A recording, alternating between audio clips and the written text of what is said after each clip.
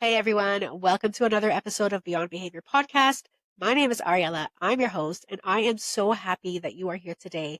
I have the most incredible guest on the show today, Chris McMartin. She is all things empowerment, women in business empowerment. She's also outspoken about her neurodivergence and living in a neurodiverse home, which we will dive into and talk about. So I can't wait to introduce you to Chris. Chris McMartin leads the Scotiabank Women Initiative business banking strategy across Canada. Chris took on this role to help build and enhance a program that helps women overcome the challenges as they face on their path to success when starting, sustaining, and growing a business. Chris loves to speak about women entrepreneurs and building impactful relationships. She joined Scotiabank in 2008 as a financial advisor. In 2012, she progressed to the role of business banking advisor, where she found her passion for business, which she carried throughout her career to date. Chris also has a passion for people, which led her to champion equity initiatives through many diversity, equity, and inclusion roles within the bank. Outside of Scotiabank, Chris also sits on the Canadian Women Chamber of Commerce Advisory Board and the Canadian Centre for Women's Empowerment Committee. Chris believes in the power of mentorship and participates as a mentor for Startup Canada Women. Chris has been named 2025 Top 25 Women of Influence. At home, Chris leads another team. She's a mom of four. She has 3 teenage boys and a young daughter that keep her on her toes. Chris loves being with her family, especially if it is outdoors and adding a campfire, and she's a very happy lady. So let's all welcome Chris to the show. Hello, Chris. Thank you so much for being here today. I cannot tell you how excited I am that you are on this podcast. So first of all, thank you for coming on. And I just wanted to let our audience know how you and I have connected and know each other. We don't know each other well yet, but I have been following you for a while because you are just like a powerhouse. Thank And you. I am an entrepreneur, obviously. I try to follow really empowering women in the space. And you actually popped up in a masterclass that I was doing with an incredible woman that we have in common, Liat Horvitz. She's a results coach. And if you don't know her, go look her up because she's Yeah. amazing. And yeah, you popped up in the masterclass for a couple of minutes. And, after you left, we just really talked about connection that day and really connecting and reaching out. And I thought, I'm going to reach out. Like, what is the harm in reaching out? And so I Yes. did. And you were amazing enough to give me some of your time. And we met and chatted, and we have so much in common. Yeah, it's true. It's insane. Like, outside of business, just in life, we have so much in common. We started down a similar path, and I feel like our lives, they're very different, but we have a lot of similarities with Yes. neurodiversity and all that, which we'll get into soon. Yes. Yeah. So before we kind of get into like the nitty gritty of parenting and neurodiversity, let's talk about what you do with Scotiabank Women Initiative because it's incredible. So tell us a Thank little you. bit about what you do. Thank you. I would love to. Thank you so Yeah. much for having me here today. I'm really excited. Like you said, we just seem to really hit it off. We had a lot in common, both in business and outside. So I'm really excited to have this chat. So I'm with the Scotiabank Women Initiative, and I've been doing that for about 3.5 years, but I'm 17 years with Scotiabank. So very passionate about what I do. I love working with entrepreneurs. So what I do right now is I get to lead the Scotiabank Women Initiative across Canada for business banking, meaning that every day I get to help women entrepreneurs grow their business, succeed, achieve their goals. It's pretty amazing. It's pretty amazing. It's a pretty great job to have. And so what we do at the Scotiabank Women Initiative is provide tools and resources for women entrepreneurs based on their asks and wants and gaps in what they're looking for. So we've discovered that there are some unique gaps or unique challenges for women entrepreneurs. Not that all entrepreneurs don't have challenges, they do, but there are some unique ones for women. And so particularly we're focused on providing further education, whether that's from financial literacy right across to social media and AI and all the trending things as well. We also provide a mentorship program, and we also provide access to capital. Access to capital, everyone always says like, oh great, you got a bucket of money you give to women entrepreneurs. I wish that were my job. I say that all the time. If there's a job out there that's giving money to women entrepreneurs, like sign me up, I want that job. That's not what this is. But what we do try and do is not only, obviously, we're a bank. So obviously, we have some products and services that are essential for entrepreneurs. But we want to go a step further and we want to introduce you to trusted partners that you can work with for other access to capital, meaning grants, tax incentives, the ability to work with VCs, angel investors, all that sort of thing. So we work with some trusted partners to help you get there. And so I get to do that every day. It's pretty awesome. That's amazing. And yeah, I mean, as an entrepreneur, I've been doing this for about a year, and it is crazy and overwhelming and hard. And so I love that there is this initiative that's focused on women, and that a really strong, powerful, empowered woman is leading it, because that just gives, the motivation and almost the permission to kind of ask for help, right? And it's not as Yeah. intimidating as walking to an office full of men, or when you don't know what you need. And I think that's really powerful. And the other piece of what you do is you have certain community partners and certain business partners or women owned business partners that you kind of support their events. Yeah. I am going to Liat's events Revival 5, which I'm really excited Yes. about. But Yes. also you also make appearances and you do keynote speaking and all the things. And I don't know how you have the time, but you do it all. And I have to say, I do message you once in a while. I'm like, that was really powerful. And it is. I don't just say those Thank words. you. I will message you when it is because, as you know, it's a lonely world, especially when Yeah. you're a woman entrepreneur.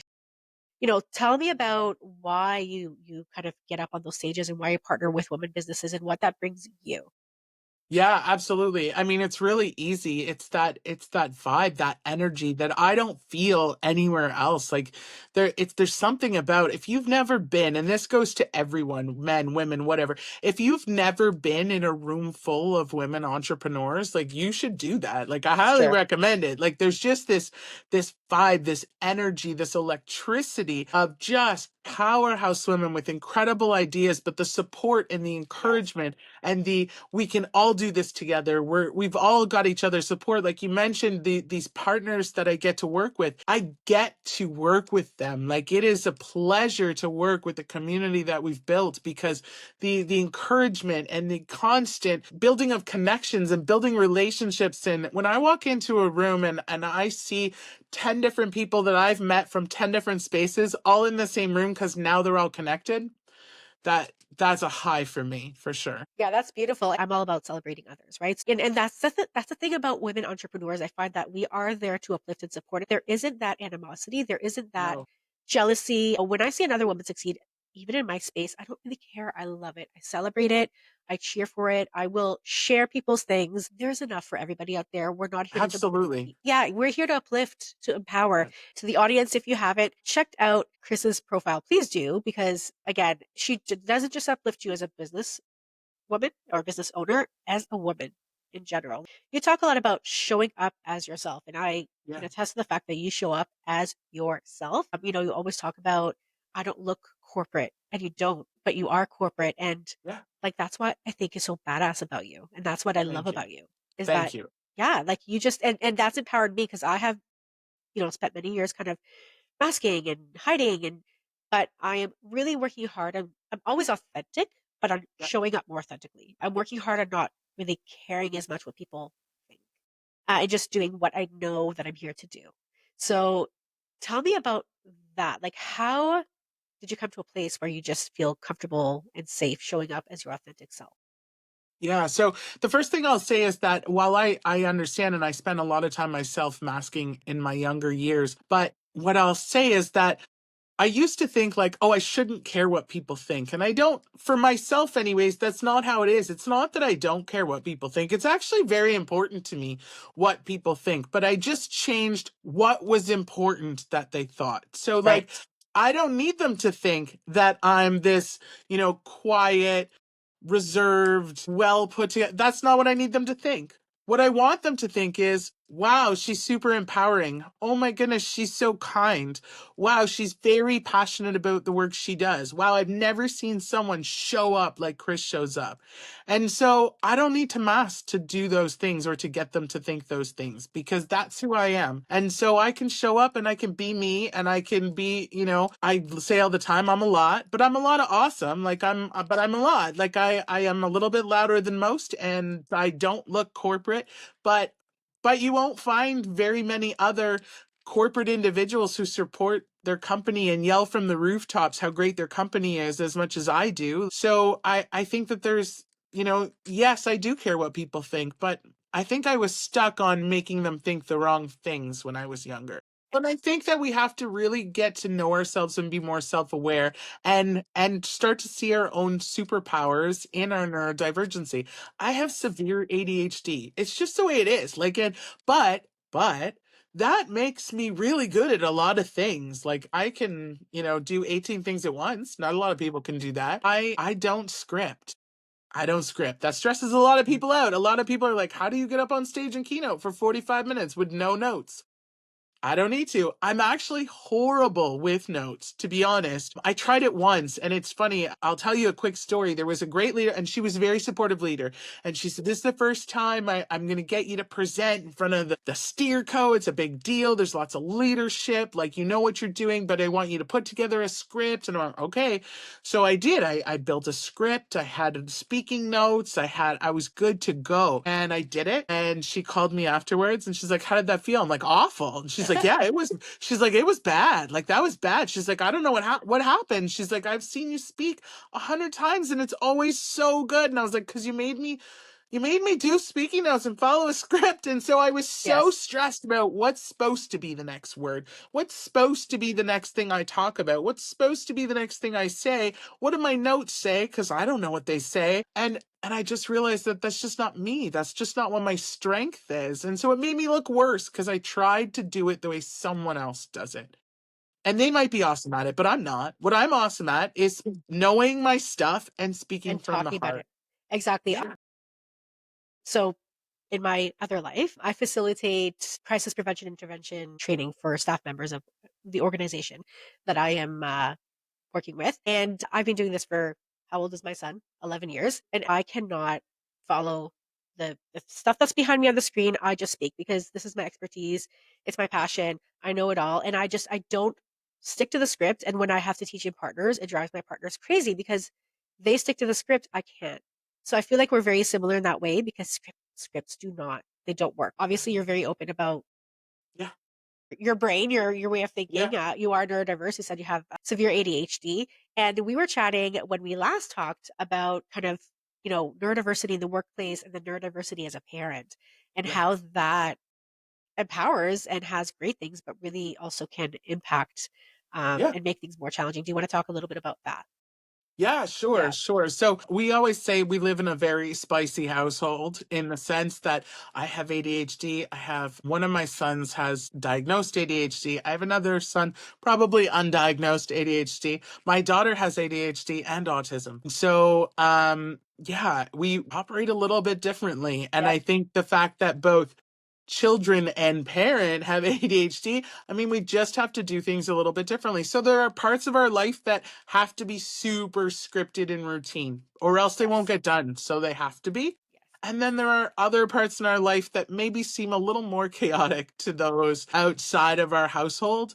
And there are things that are maybe just not important to me for my children that are maybe important to other parents. Like I use the grades all the time as like a, you know, you don't get upset when your kids didn't get 80%. I'm like, nope. No, like, did they put in the effort? Did they Exactly. show up? Did they do the best that they could? Did they put in the effort? Did they ask for help when they needed it? Like if they did all that, very cool. Exactly. Very cool. Like Absolutely. did they stand up for themselves to get whatever accommodation they needed? Awesome. I don't did they get 80% on their health quiz? I don't care.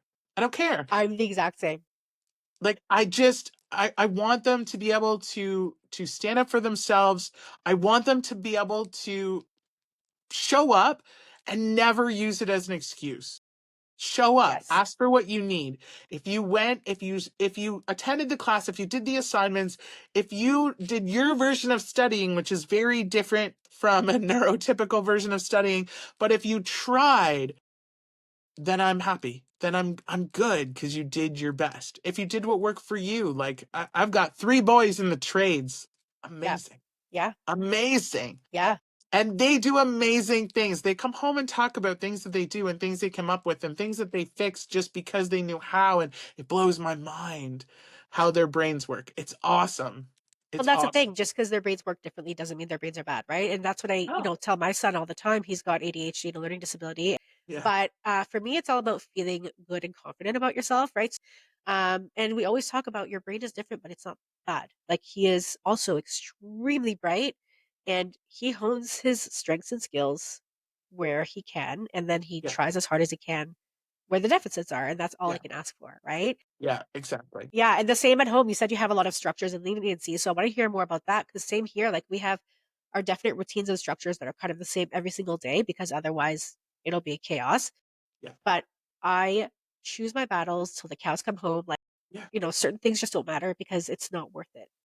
Exactly. Exactly. Like for us, morning routine and bedtime routine Yes. are like on point, Yes. like to the minute on point. Now, that has have to do with having a very neurodivergent home and have to do with the fact that there's 6 of us here trying to get ready in the mornings and stuff, right?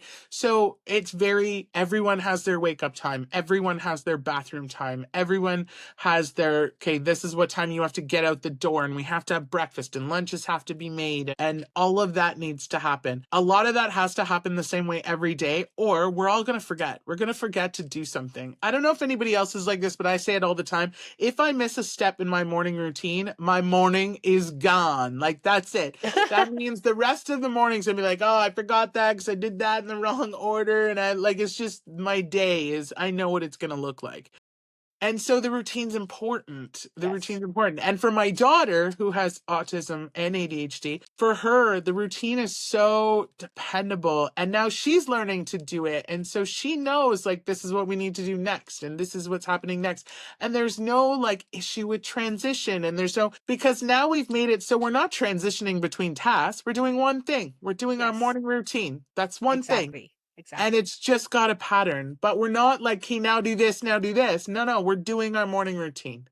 That's what we're doing. It's consistent, it's Yeah. predictable, right? Yeah. And it's the same every day. And that's so important, Yeah. especially for kiddos or people with ADHD and autism, because they're almost like it's almost like counterintuitive to each other, right? Because like, you know, autism, you need your routines and your structure and ADHD kind of like needs that space and, like that flexibility. And yeah, it's pretty fascinating because when you put the two of them together, um, really great things happen, but it takes a lot of work to get.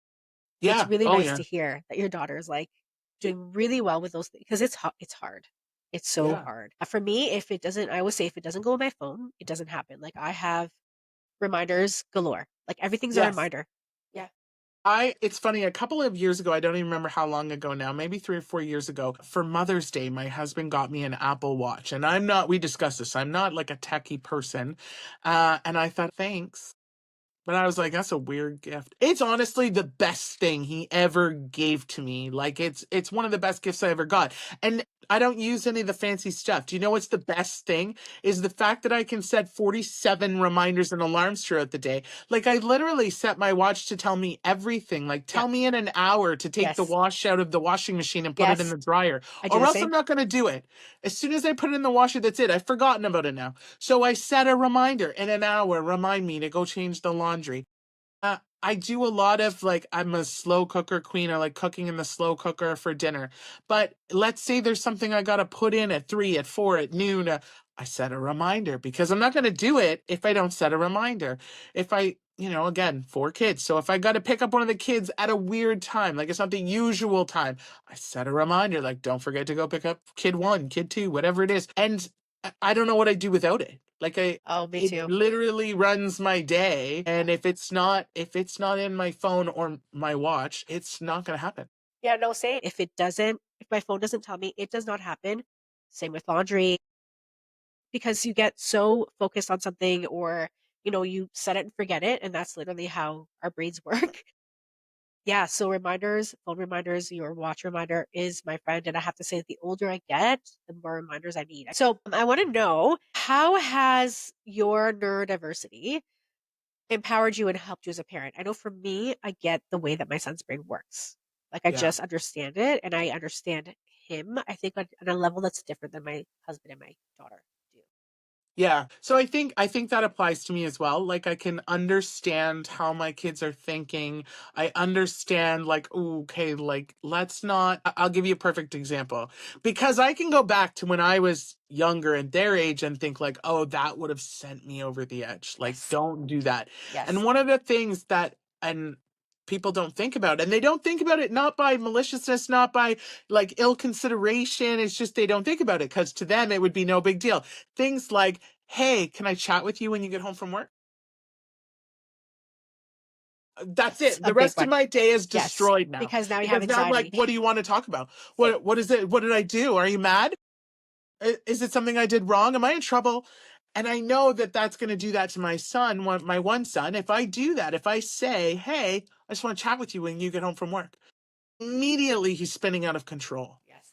And so I don't do that. Or if I, my sons are older, so they're on the go a lot. If I do need to talk to them, I will say, hey, can I chat with you after work? You're not in trouble. I'm not mad. There's nothing wrong. I just need to work out the plans for the weekend Exactly. or something like that. Like, but I never leave it at, hey, can we chat? Because I know that that's an immediate spiral. It's horrible. I mean, even, when my supervisors used to do that to me because they'll do the same thing, right? They'll be like, "Hey, I'm going to call you at 4. We have to Yeah. talk about something." I'm like, Yeah. what did I, am I getting fired? What did I do? Yeah. And so they learned really quickly that it's always got to have a follow up of, "Hey, I'm going to call you at 4. It's all good. Just have to ask you a question." Yeah. Because if the brain goes and then you Yeah. can't focus, right? Because again, the way that our brains are, your whole day is shot. With having, I guess, a spicy home, I call it an spicy home. There's got to be a lot of challenges in terms of like, how do you manage dysregulation? How do you manage, because it's hard for, a neurotypical brain to manage emotional regulation. And then for someone like yourself or myself, we have to regulate ourselves before we can regulate, right, our children. So how does that work for you? Because I can imagine there's, at least through the years, been a lot of dysregulation in your home Yeah. with. Yeah. So we do a lot of working on communicating what we need. Like, so for example, like I've taught my kids that like you never have to, sit calmly through a conversation or stay in an argument or nothing like that. But you do have to communicate. So you do have to say, I need to take a walk, or I need to clear my head, or I need quiet for 5 minutes, or I need to run, or I need whatever you need, but you have to say it out loud. And we're working on that with my daughter right now. She's 5, and sometimes she's very overstimulated by any sort of touch. So hugs and any sort of like cuddling, and sometimes she's a big fan. 80% of the time she's not. So but I'll say to her like, we never know when you are, when you're not. So you have to say, is that like, I love you, but I don't want a hug right now. Or it's okay to say, I love you. Can we handshake instead? Can we fist Yeah. bump? Can Yeah. we, like, it's okay, but you have to use your words because people don't know what's going on in your head. So you have to say it out loud. Yeah. So And you we have, have a lot of those. yeah. And you really, especially with your daughter, have to very explicitly teach her that, Yeah. right? Because people assume that people just know, or that kids just can. I was having a conversation with a couple parents a couple days ago through a coaching session, and we were talking about cleaning up the kids' rooms and them sending their kids to clean up their room. And they're saying, I say to my kids, go clean up your room, and it doesn't get done. And I say, well, yeah, but can they? They're like, yeah, they can. They know how. I'm like, okay, but can they? Yeah. Right. So there's a difference between, my child has the skills. Yeah. I've seen them do it before. And in this moment, they can actually follow through with it, right? Like when you are overwhelmed, when your brain is overstimulated or, sensory overload, you just can't, like, you just are not able to either communicate what you need to do or do what you need to do. So it's all about explicitly teaching, giving the tools, chunking, right? So I will say to my son, literally, go fold 5 pairs of pants. Because for him and I, both of us, we hate folding laundry. It's a thing. Yeah. So I'll send him and I'll just chunk it. I'll say, go find 5 pairs of pants, fold them, put them on your bed. And then we're done for an hour, right? Yeah. So that it's that explicit teaching, but then, in a moment of chaos and in a moment of dysregulation with your kiddos, how do you manage? Because Mm, it's hard. It's hard for yeah, us to keep our cool, right? So what strategies, because it sounds like you've given your kids strategies and you've given your kids permission to use the strategies, which is amazing. What do you do for yeah. yourself in those moments? So I think I do a lot of the same. I try to be very explicit with like, this is what I need to do right now. So I need to take a break, or I need to think about this, I or, love it. whatever it might be. The other thing I'll say is that my husband and I really do depend on each other. So Yes. I can say to him, like, this is really upsetting me, or I don't know why, but this is making me react. And so I need your support. And this is how I need your support. Like, I need you to step in, or I need you to keep this like calm, or whatever it might be.